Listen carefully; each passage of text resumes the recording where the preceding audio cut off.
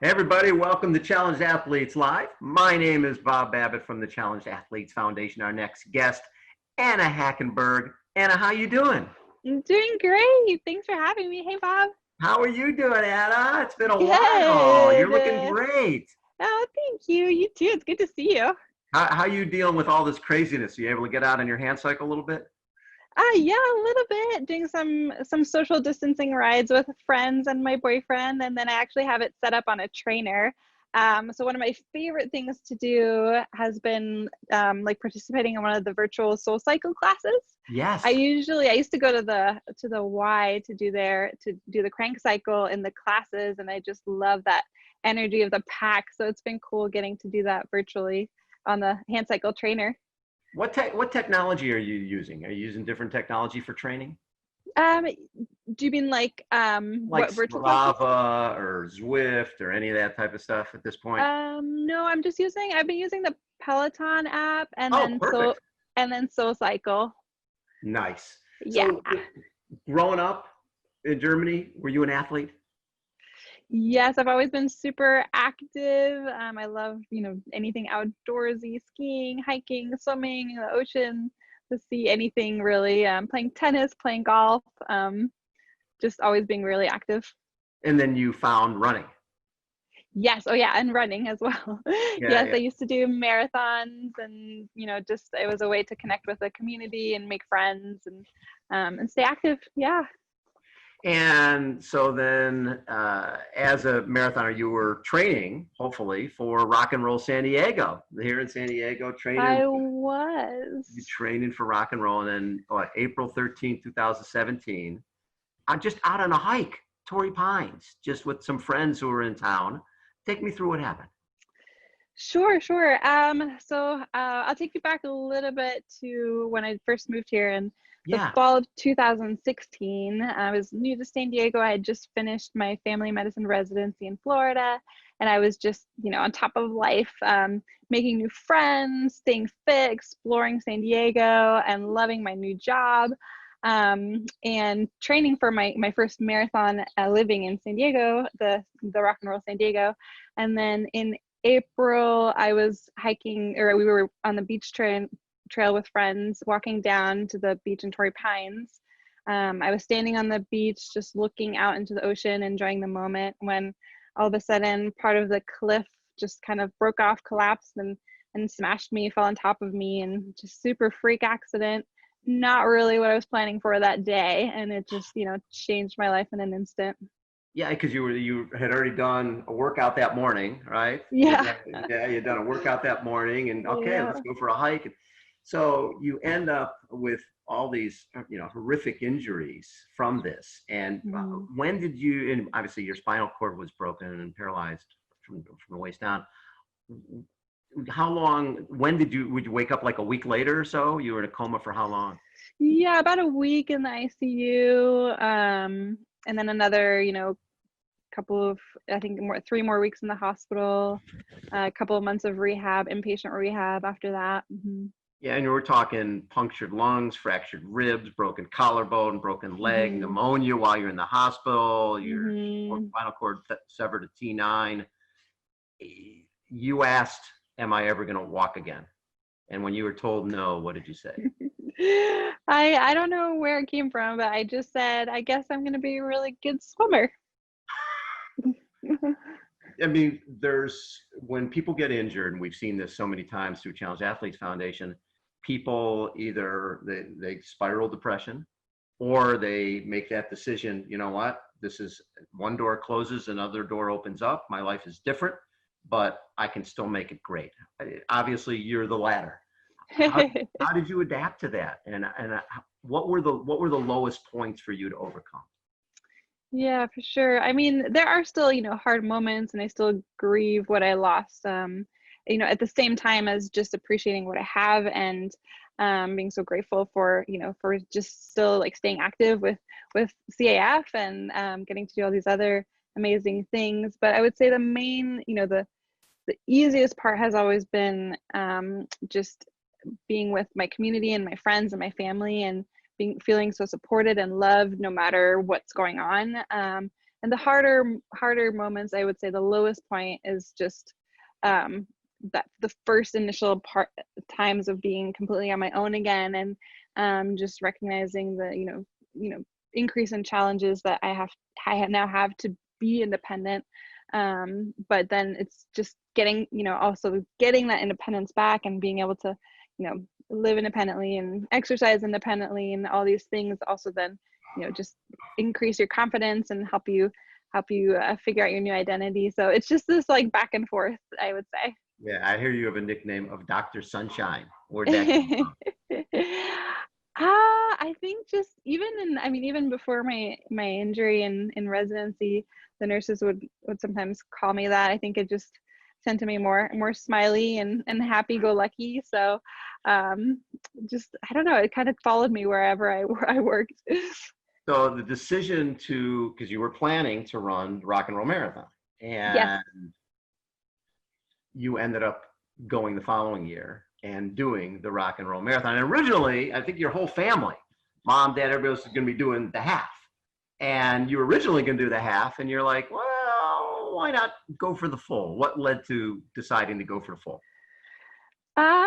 I think just there's this huge support from CAF with hooking me up with role models like Elena Nichols, and then my coach Ricky James, and just all this like positive energy and you can do it attitude, and just kind of why not push your limits attitude that people kind of just gave me.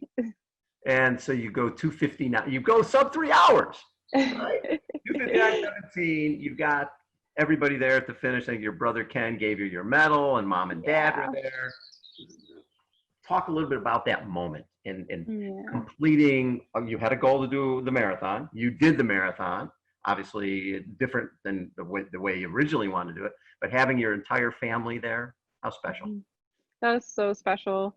I think, definitely exercise and physical activity has always been a place where I connect with people I love, friends, family, and just throughout my life, it's something I've done, with my family. And when I first was injured, I wasn't sure if I was going to be able to go on ski vacations with my family or run marathons with my dad like I had already, or go to Soul Cycle with my sister. And so just having that opportunity to recognize that I still can connect with even my able-bodied friends and family in that way was just huge, and getting to do that together was amazing. So on that course, there's about a mile climb on 163 from mile 23 to 24. And I read somewhere that you were like, I like that because it's almost a gift to feel pain, right? That grunt is a thing that a lot of people are not looking forward to. You sort of savored that mile. Yeah. And it was just during it, while you're doing it, was it you're almost climbing with a smile on your face going, this is pretty cool to be able to feel what I'm feeling right now? Yes, definitely. It's maybe you don't think you'd ever miss being able to really push your body to the limits, but you do, definitely. So getting to feel that again was great. So you mentioned Elena Nichols. How important was Elena in terms of connecting you with CAF and also just being there as a mentor and role model? Yes, she's just this phenomenal human being. And so just being able to get to know her and see what she's done with her life, and how positive she is, and just she's amazing, and she's so great at just spreading that positivity and the fierceness that she has. And so she's been a huge role model, and she's still always there for me whenever I have questions or doubts or anything to talk about. She's just great.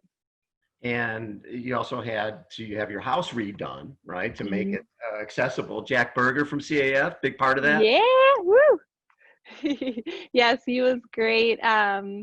Just that's another just part of that, getting the independence back and getting to stay active, and having a space that I can live in, garden, and just do easy quick showers and cook yummy meals super easily, and get in and out really great. It's just awesome.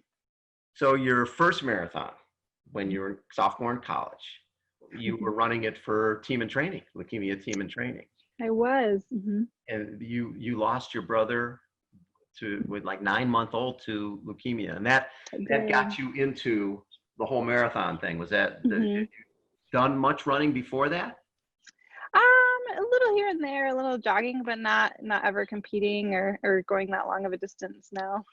Yeah, but the process of giving back and becoming part of something bigger than yourself obviously appealed to you. Definitely. It's always all about community and giving back and connecting. What is it about Challenged Athletes Foundation overall that has been something that you've connected with? I think mostly it's the people. It's just this, I don't know, this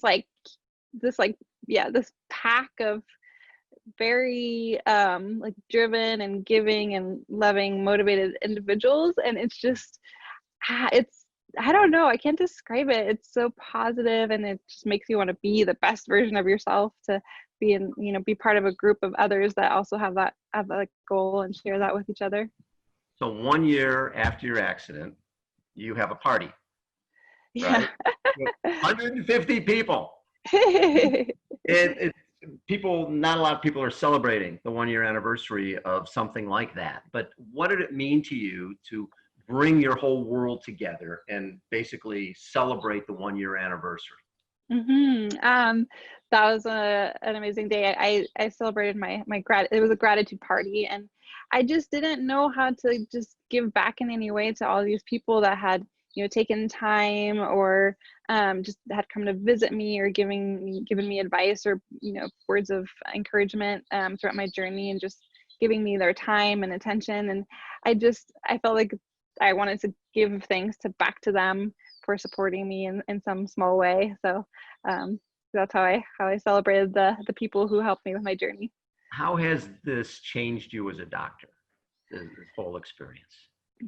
I think, just really realizing how important it is for really having the patient experience now, for your doctor to truly just try to understand where you're at and listen to you and meet you where you are. I think it's just helped me recognize to work on that myself as a physician. Okay, going to rapid fire now. Okay. Best CAF memory. The support in the Rock and Roll San Diego, making that happen. Now, did you get your hand cycle at SDTC? I did at the La Jolla, the San Diego Triathlon Challenge. That was I remember that up on stage. Yeah, it was just this crazy surprise. Yeah. That was really cool. That was and it's right over here next to me. I don't know if you see it, but we see it. It's ready for me to do a workout later today. I like it. What's your go-to comfort food? Believe it or not, black licorice. I like it. Most recent TV show binge. My Brilliant Friend. A favorite book or podcast? I like fun novels like City of Girls, the recent one I read. Nice. Person you miss seeing the most? My family, my friends. Yes. My family mostly. Place you can't wait to visit when this is over? Really anywhere that I have friends or family. I'm missing some weddings and just getting to see my family. Okay, what words do you love to hear from a coach? That was great. Let me push you even harder. What words do you hate to hear from a coach? I don't have time for you. Oh! For our challenged athletes out there right now who could use a little motivation and inspiration, how about some words of wisdom from Dr. Anna Hackenberg? Keep staying active when you can. We can do this. Wash your hands. Wear masks when you're outside, and it's gonna pass. It'll be okay. Love it. Anna, thanks so much for taking time. Always such a pleasure. You are Dr. Sunshine. I love that. Love that. Can't wait to see you back at one of our CAF events sometime soon. Yes, me too. Can't wait. Dr. Anna Thank you for having me. And so, of course, Dr. Elena Hackenberg has been our guest again. This is Challenge Athletes Live. My name is Bob Babbitt. Thanks, everybody, for tuning in. We'll catch you next time. Thanks, Bob. Ta-da.